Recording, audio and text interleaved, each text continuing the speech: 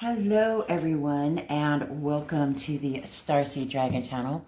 This is a tarot review of the Deviant Moon Borderless Edition. It's a tarot deck by Patrick Valenza. And this has been on my wish list for reviewing for a little while, but I thought I'd go ahead and get it. I often cruise around on Amazon and create a special wish list for all the decks that I would like to review. It includes 78 cards with an instruction booklet, but this one really caught my eye, so I'd like to do this review a little bit differently. This says stylized characters and moonlit dreamscapes draw you into the luminescent world of Deviant Moon Tarot. This special borderless edition highlights Patrick Valenza's stunning artwork and allows readers to connect more deeply with the evocative tarot imagery. And there's moons on all of the cards, right? So what took me aback, and I'm going to read this, was on Amazon about the author, Patrick Valenza. It says, Tarot of the Deviant Moon was created using various forms of photographic manipulation. Each card starts with a complete drawing. The work is scanned into the computer where I apply various photographic textures. 19th century tombstones provide most of the clothes worn by the citizens of the Deviant Moon. I bent, twisted, and reformed my photos to become capes, boots, hats, and trim. One of the best parts of creating the deck was quote-unquote hunting for specific textures as I respectfully tiptoed around the graveyards of Eastern Long Island, New York.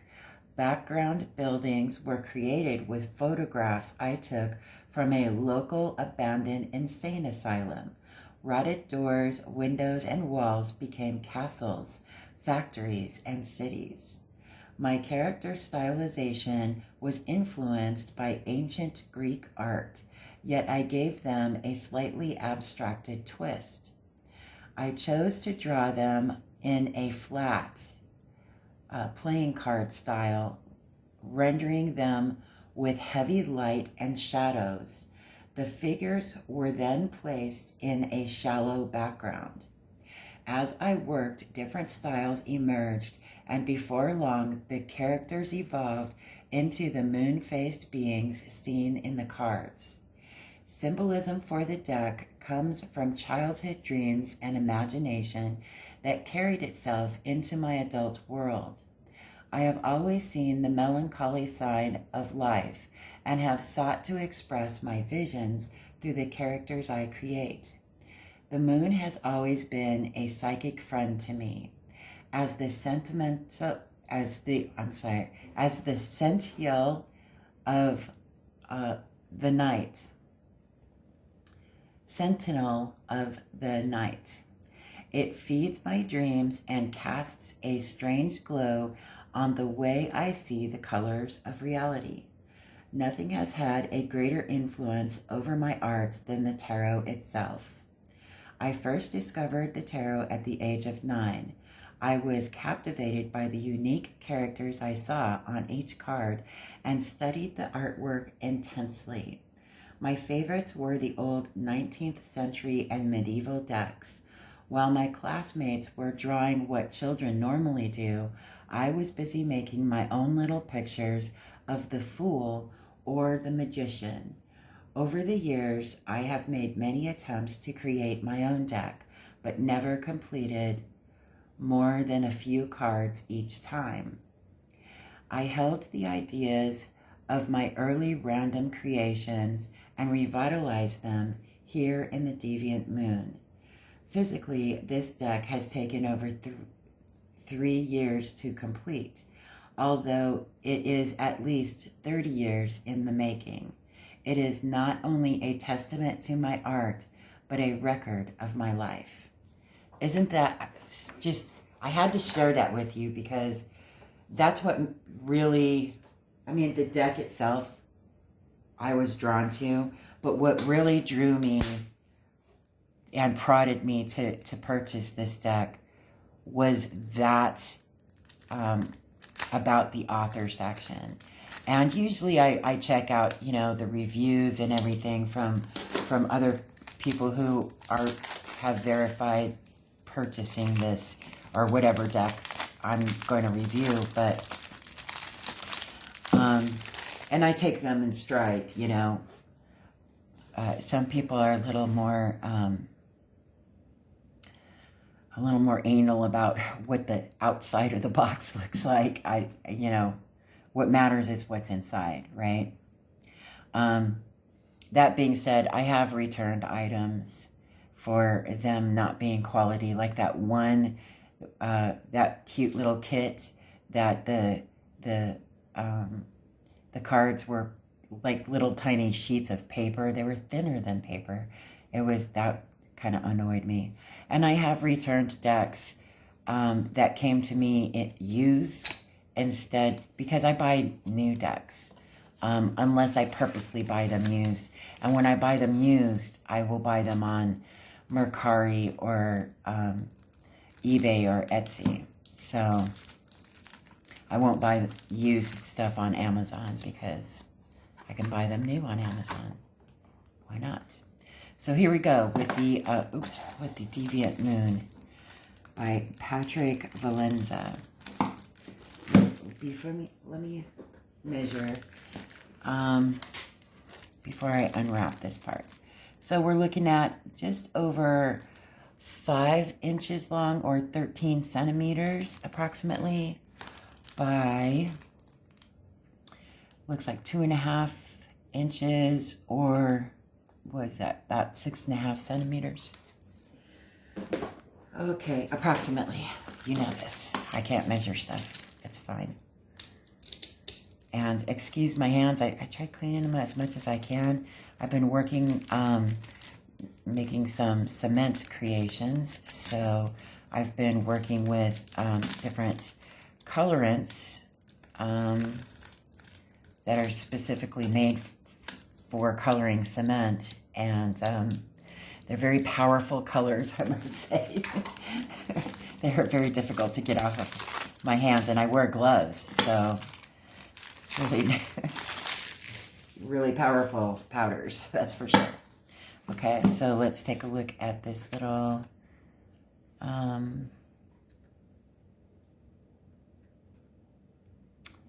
so we have upright meanings and reversal meanings.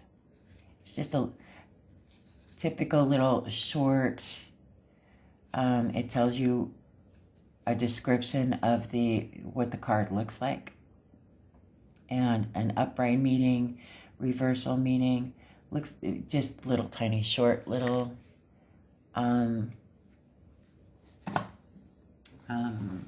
descriptions there. But we've all gone through this before. So this is what the backside looks like. It's a shinier matte finish. They're thin. They are thin, but they feel like manageable, you know. So let's see what we've got here. Little Deviant Moon. We have the Deviant Moon Tarot book now available, if anyone wants to check that out. Oh, look, we have usgamesinc.com for the book. Okay, I'll have to check that out at another time. I was not aware there was a book, but obviously, since this was such an artistic endeavor, I don't doubt that it's probably a very deep dive kind of book. So here we go with the Fool. Beautiful characters. The Magician. I love how the moon is supposedly in every card. We'll find out.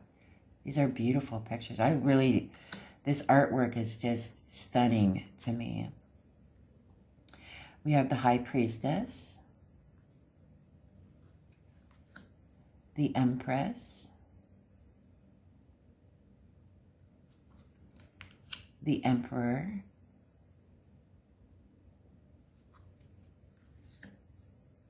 the Hierophant,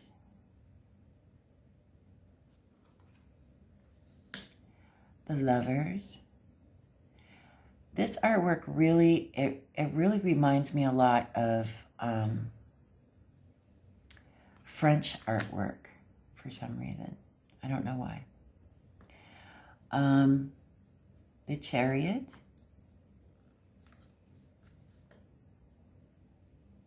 Justice. Very interesting. The Hermit,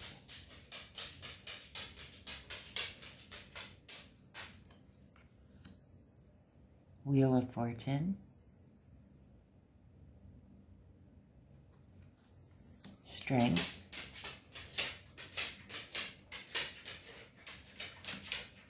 the Hanged Man.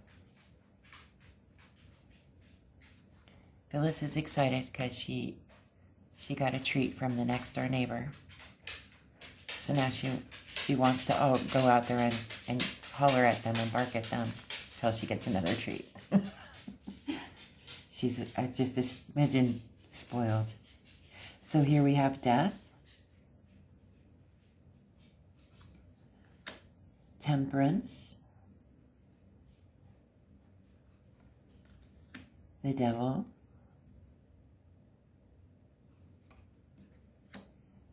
the Tower,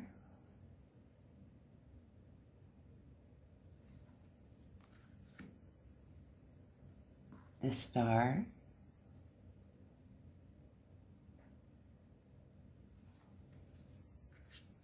the Moon,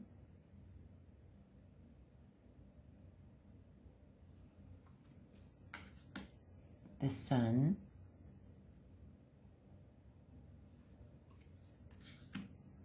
Judgment, the World. These are beautiful cards. What dynamic artwork, right? And the effort that went into creating his art. I really appreciate, being a fellow artist, for my processes, I go through painstaking attempts and practice before I create something that I feel is worthy of other people viewing it. So we have swords, apparently. Yeah. So King of Swords, Queen of Swords, Knight of Swords, Page of Swords, Ten of Swords,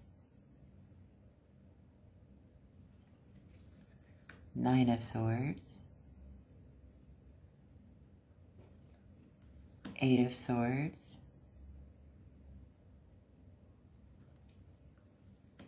Seven of Swords,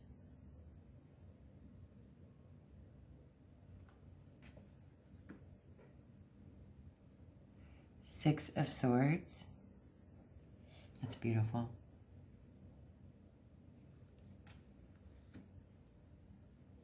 Five of Swords,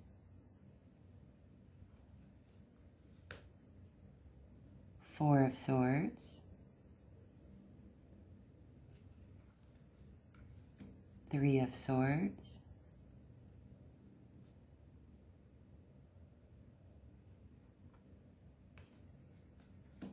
Two of Swords,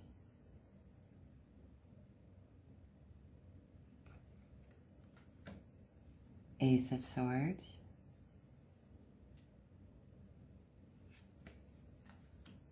And then we have the suit of wands. And we start off with the King of Wands.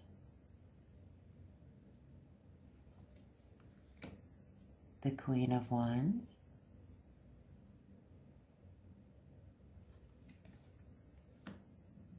The Knight of Wands.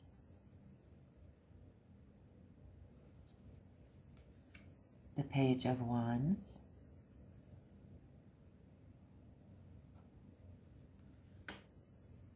The Ten of Wands. The Nine of Wands.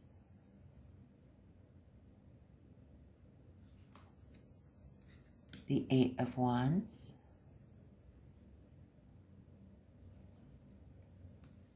The Seven of Wands. The Six of Wands.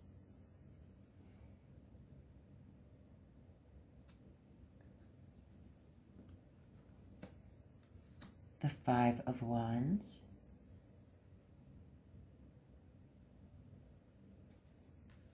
The Four of Wands. Beautiful.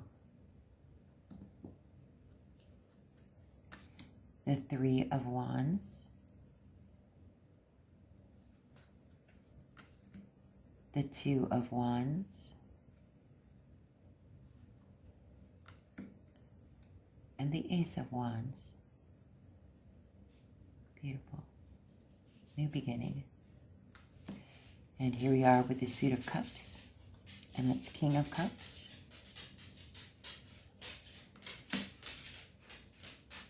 Queen of Cups. Knight of Cups. Page of Cups.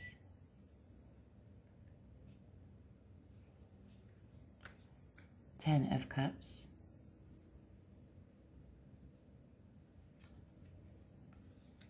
Nine of Cups. Wish fulfillment. Beautiful.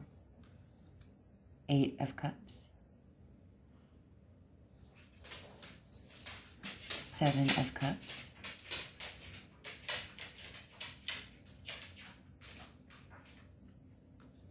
Six of Cups.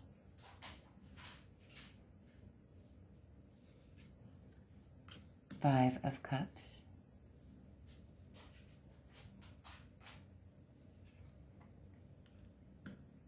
Four of Cups.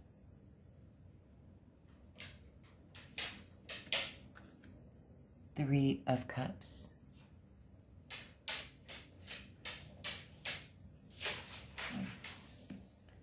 Two of Cups.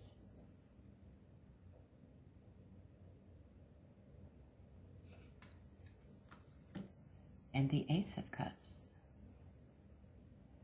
And then our last suit should be Pentacles. Yep. King of Pentacles.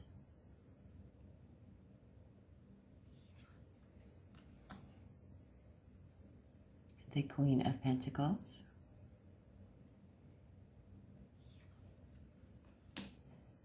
The Knight of Pentacles. Page of Pentacles.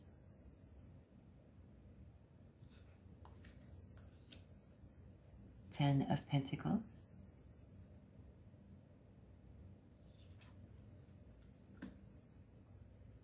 The Nine of Pentacles.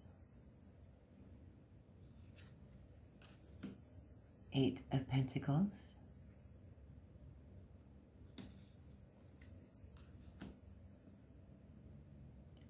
Seven of Pentacles. Six of Pentacles.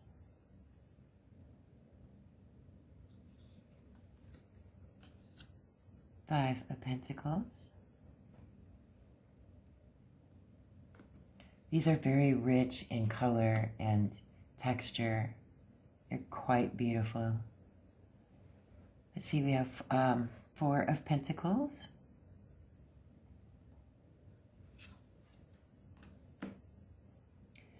Three of Pentacles.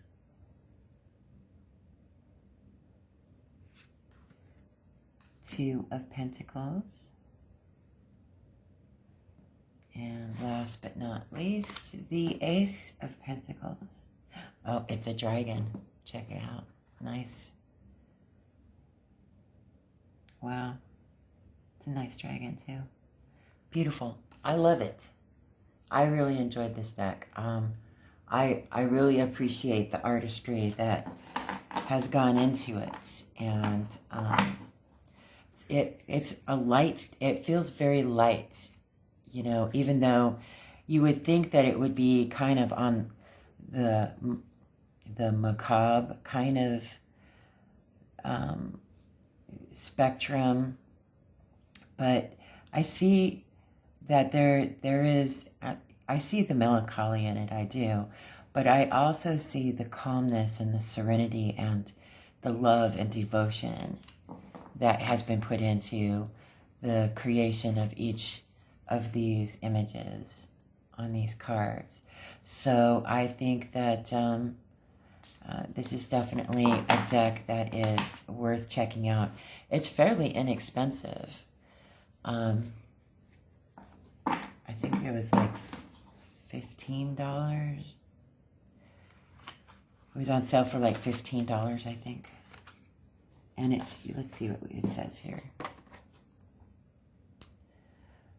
It doesn't say.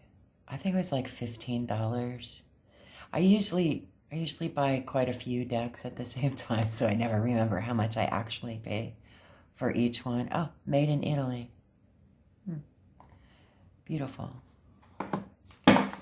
Well, I think that this is a great deck. And for any of those people out there, any of you wondering if you have ever been curious about this deck, now you've seen it.